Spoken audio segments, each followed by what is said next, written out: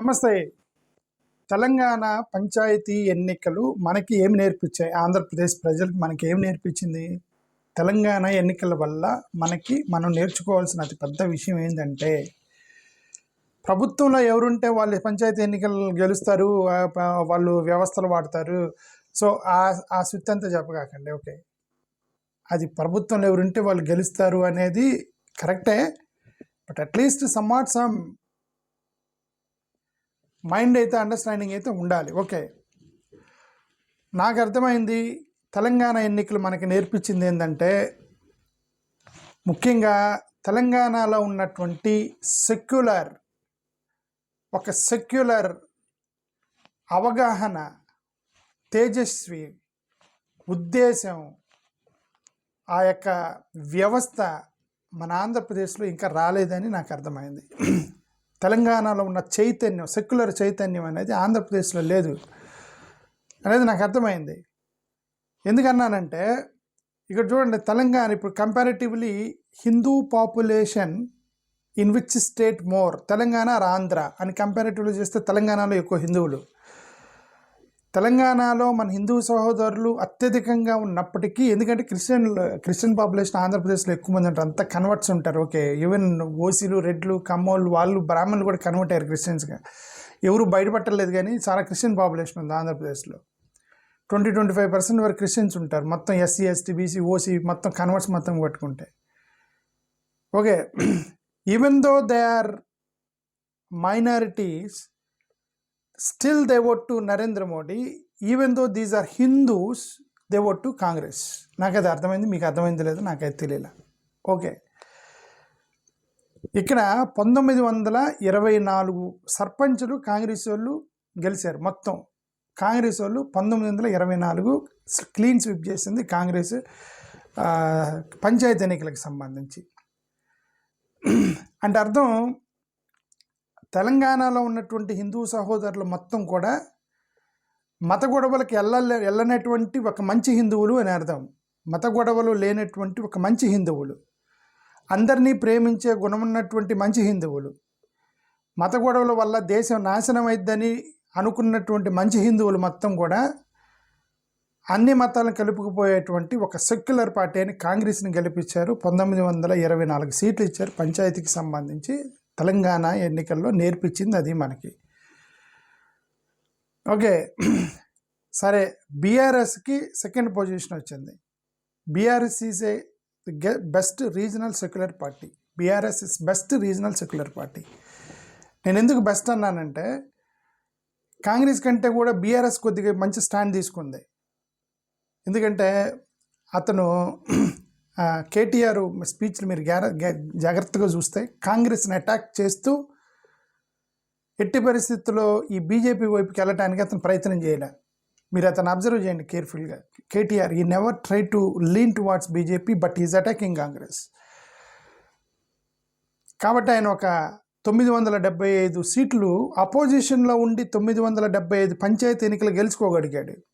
BRS almost 1000 panchayat ఎన్నికలు గెలిచినాయి. కాంగ్రెస్ వాళ్ళు 2000 గెలిస్తే, బీఆర్ఎస్లో అపోజిషన్ మీరే అంటారు కదా, ఏముందండి గవర్నమెంట్లో ఎవరుంటే వాళ్ళు ఎక్కువ గెలుస్తారు అంటారు కదా. ఆ ఫ్యాక్టర్ని బట్టి చూస్తే then they have done good job. BRS done very good job in Telangana by winning 1000 panchayat elections because it's a regional secular party. Okay, ఇక బీజేపీకి అనుకూలంగా ఉన్నటువంటి ఎలియన్స్, బీజేపీ, తెలుగుదేశం, జనసేన, వీళ్ళందరూ 150 సీట్లు గెలిచారు. టీడీపీ, జనసేన, బీజేపీ, మన టీడీపీ మన సపోర్ట్ చేసిందో లేదో మనకు తెలియదు. ఓకే, సరే, ఏదైనా ఎన్డీఏ ఎలియన్స్ ఎంత 150 సీట్లు గెలిచారు.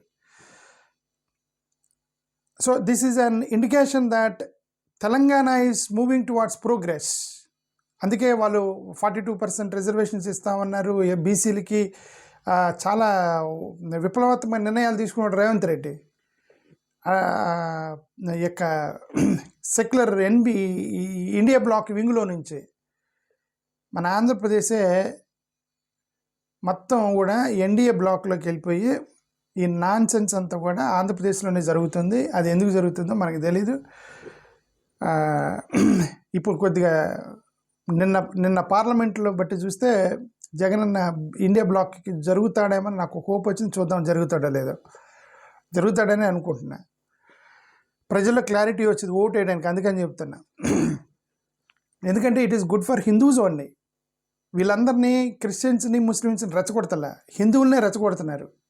హిందువుల దగ్గరికే వచ్చి మనది హిందూ మతం, మనం అచ్చేయాలి ఇచ్చేయాలని రెచ్చగొడితే పాపం వీడు చదువుకోవాల్సిన వాడు డైవర్ట్ అయిపోయి వాడే ఇప్పుడు హిందువా ముస్లిమా క్రిస్టియన్ కాదు, పిల్లలు ఎక్కడ ఉండాలి? కాలేజీల్లో ఉండాలి, చదువుకుంటూ ఉండాలి, డాక్టర్లు అవ్వాలి, ఇంజనీర్ అవ్వాలి, ఎయిర్లైన్స్ వెళ్ళాలి, ప్లైన్ విమానాల్లో తిరగాలి, ఇవన్నీ చేయాలి. వాళ్ళన్నీ కాకుండా హిందూ యూత్ని మనోళ్ళు అంటే సెకండరీ. హిందూ మతం కూడా ఇంపార్టెంటే, మన రిలీజియన్ మతం ఇంపార్టెంటే, కరెక్టే. But what is primary? Education primary. దీనికి సంబంధించినటువంటి ఇవన్నీ కూడా యూత్ని డైవర్ట్ చేస్తున్నారు వీళ్ళందరూ కూడా. కాబట్టి అలాంటి రాజకీయం మాకు వద్దని తెలంగాణ వాళ్ళు క్లియర్గా వెళ్ళిపోయి కాంగ్రెస్కి వేసారని అర్థం. ఓకే, సో ఇప్పుడు రేపొద్దున వీళ్ళు ట్రై చేస్తారు. టీడీపీ, జనసేన, బీజేపీ వాళ్ళు ఈ రాజకీయం ట్రై చేస్తారనమాట.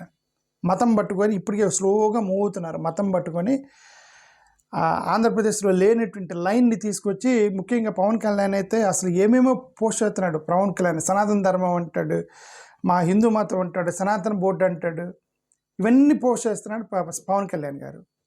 చూడండి, ఒక్క సీటు గెలవల అతను తెలంగాణ యొక్క సర్పంచ్ ఎన్నికల్లో. సరే, అతను పోటీ చేయకపోయిన బీజేపీకి సపోర్ట్ చేశాడు కదా.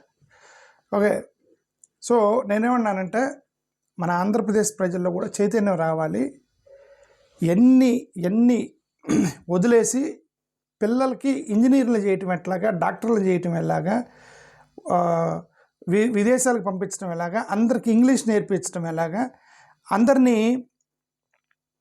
ఏమంటారు డెవలప్మెంట్లోకి తీసుకెళ్ళటం ఎలాగా, ఇవన్నీ చేస్తూ ఫస్ట్ చేయాల్సింది ఏంటంటే